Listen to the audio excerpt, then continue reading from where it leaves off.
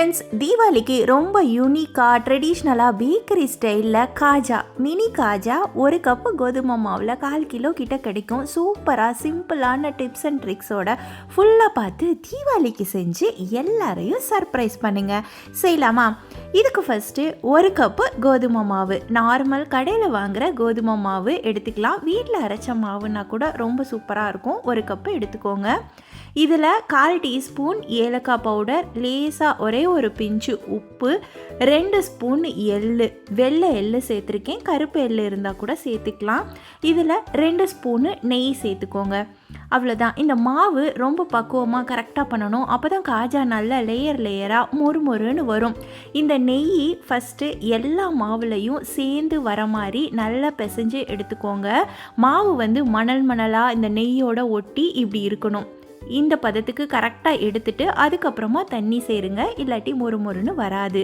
தண்ணியுமே கொஞ்சம் கொஞ்சமாக சேர்த்து மாவை சேர்த்து கொண்டு வரணும். ஒரே இதாக ஃபுல் வாட்டரையும் ஊற்றி பிசைஞ்சிடாதீங்க. இந்த மாதிரி கொஞ்சம் கொஞ்சமாக கையில் தெளித்து மாவை கொஞ்சம் டைட்டான டோவாக தான் இருக்கணும். சப்பாத்தி மாவு மாதிரி தான். ரொம்ப சாஃப்டாக தண்ணி போட்டு கொலன்னு பிசைஞ்சிட வேண்டாம். இந்த மாதிரி கொஞ்சம் டைட்டாக தான் இருக்கணும். அப்படியே பிசைஞ்சு நல்ல ஒரு ஃப்ளாட்டான சர்ஃபேஸில் போட்டு அடித்து 10 நிமிஷத்துக்கு பிசைஞ்சிங்கன்னா கையில் ஒட்டாமல் இந்த மாதிரி சாஃப்டாக வந்துடும். இதை அப்படியே மூடி போட்டு ஓரமாக வச்சுக்கோங்க. சுகர் சிரப்பை பண்ணிடலாம்.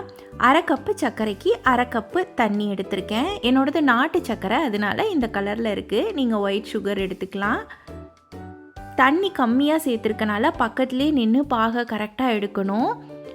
சைடில் எண்ணெயை ஊற்றி ரெடி பண்ணி காய வச்சுக்கோங்க. இந்த பாகு கொதித்து சூப்பராக சீக்கிரமாக ரெடி ஆகிடும். தண்ணி கரெக்டாக ஊற்றிருக்கோம். அடுப்பு மீடியம் ஃப்ளேம்லேயே வச்சுக்கோங்க.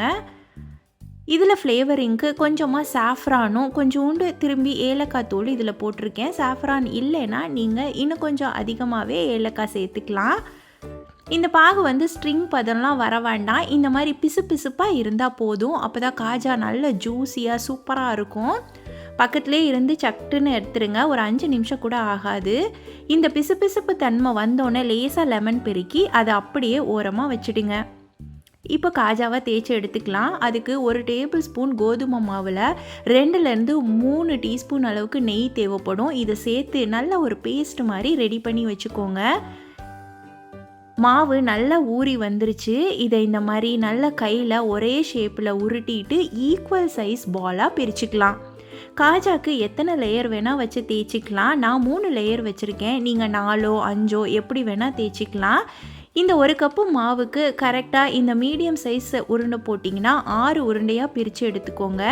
இப்போ 6ஐயுமே சப்பாத்தி மாதிரி நல்லா தேய்ச்சி ஒரே சைஸில் வர மாதிரி எடுத்துக்கலாம். லேசாக மாவு தொட்டு நல்லா தேய்ச்சி எடுத்துக்கோங்க. ரொம்ப சட்டுன்னு சீக்கிரமாக செஞ்சு முடிச்சிடலாம். சப்பாத்தி தேய்க்கிற மாதிரி தான் வேலை இருக்கும். 6 உருண்டையுமே இந்த மாதிரி நல்லா தேய்ச்சி ரெடி பண்ணிக்கோங்க. இப்போ 3 லேயர் பண்ணிக்கலாம். ஃபஸ்ட்டு லேயரில் இந்த செஞ்சு வச்சுருக்கோம் இல்லையா பேஸ்ட்டு, கோதுமை மாவு நெய், அதை நல்லா அப்ளை பண்ணிக்கோங்க. அந்த பேஸ்ட்டு எல்லா இடத்துலையும் படுற மாதிரி லேசாக மேலே கோதுமை மாவை தூவிட்டு அடுத்த சப்பாத்தியை மேலே வச்சிடலாம். அவ்வளோதான். திருப்பி இதை அப்படியே ரிப்பீட் பண்ணிகிட்டே இருக்கணும்.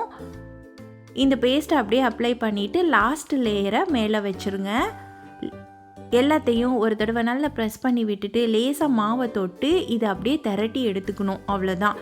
ரொம்ப அழுத்தி ப்ரெஸ் பண்ணி ஹார்டாக தேய்க்க வேண்டாம். லேசாக இந்த மாதிரி தேய்ச்சி கொஞ்சம் சர்க்கிளை பெருசாக்கி விட்டால் போதும். அவ்வளோதான். லேயர்லாம் நல்லா ஒட்டி சூப்பராக பிரிஞ்சு வரும். லாஸ்ட் லேயரில் மேலாப்பில் அந்த பேஸ்ட்டை தடவிட்டு அப்படியே இந்த மாதிரி டைட்டாக ரோல் பண்ணி எடுத்துக்கோங்க. சூப்பராக ரோல் பண்ண வரும் ஈஸியாக, ஒன்றும் பிரச்சனை இல்லை. அந்த லாஸ்ட்டில் மட்டும் தண்ணி தொட்டு அப்படியே ரோல் பண்ணி ஒட்டி விட்டுருங்க. ஸோ பொரிக்கும்போது பிரியாமல் வரும். இந்த ரோல் ஈக்குவல் திக்னஸில் இருக்கணும். ஸோ அந்த மாதிரி கரெக்டாக கையில் வச்சு நல்லா ரோல் பண்ணி விட்டிங்கன்னா சூப்பராக ரோல் ஆகி ஈக்குவலாக வந்துடும். இப்போ 2ஐயுமே ரெடி பண்ணியாச்சு. ஒரு இதில் 3 வச்சு 2 இது பண்ணி வச்சுருக்கேன். அது அப்படியே ஷார்ப்பான ஒரு நைஃப் வச்சு ஈக்குவல் சைஸாக இந்த மாதிரி கட் பண்ணிக்கோங்க. மினி காஜாங்கிறனால நான் இந்த சைஸில் கட் பண்ணி எடுத்துக்கிறேன். எல்லாமே ஒரே சைஸில் இருந்தால் தான் ஈக்குவலாக பொரிஞ்சு வரும். சூப்பராக லேயர் வந்திருக்கு பார்த்தீங்களா? அவ்வளோதான். எல்லாத்தையும் கட் பண்ணிவிட்டு இந்த மாதிரி ஒரு ப்ரெஸ் கொடுத்து 2 ஓரங்கள்லையும் இப்படி லேசாக அமுக்கி விட்டிங்கன்னா சூப்பரான காஜா ஷேப்பு கிடச்சிரும். ரொம்ப ஈஸியான வேலை தான். சட்டுன்னு 1/4 கிலோ காஜா 1 கப்பு மாவில் ரெடி பண்ணி முடிச்சிடலாம். எல்லாத்தையுமே இந்த மாதிரி ஷேப் பண்ணி வச்சுக்கோங்க. எண்ணெய் மிதமான சூட்டில் தான் இருக்கணும். அதிக சூட்டில் இருந்தால் லேயர் பிரிஞ்சு வராது. அது மட்டும் கொஞ்சம் கவனமாக பார்த்துக்கோங்க. லோ டு மீடியமில் தான் அடுப்பு இருக்கணும். எண்ணெய் ரொம்ப சூடாக இருக்கக்கூடாது. உங்கள் பாத்திரத்துக்கு ஏற்ற மாதிரி காஜா சேர்த்துக்கலாம். இது சின்ன சின்ன சைஸுங்கிறனால நிறையாவே சேர்த்து நீங்கள் ஒரு பேட்சில் பொரிச்சிக்கலாம். இது பொரிக்கிறதுக்கு முக்கால்வாசி 12லேருந்து 15 நிமிஷம் ஆகும் ஒரு பேட்ச்சு. அடுப்பை கம்மியில் வச்சு பொரிக்கிறனால அப்படி பொரிச்சாதான் இந்த லேயரெல்லாம் உள்ளே நல்லா வெந்து பிரிஞ்சு வரும். எண்ணெய் ரொம்ப சூட்டில் வச்சு பொரிச்சிங்கன்னா காஜா மொறு மொறுன்னு வராது.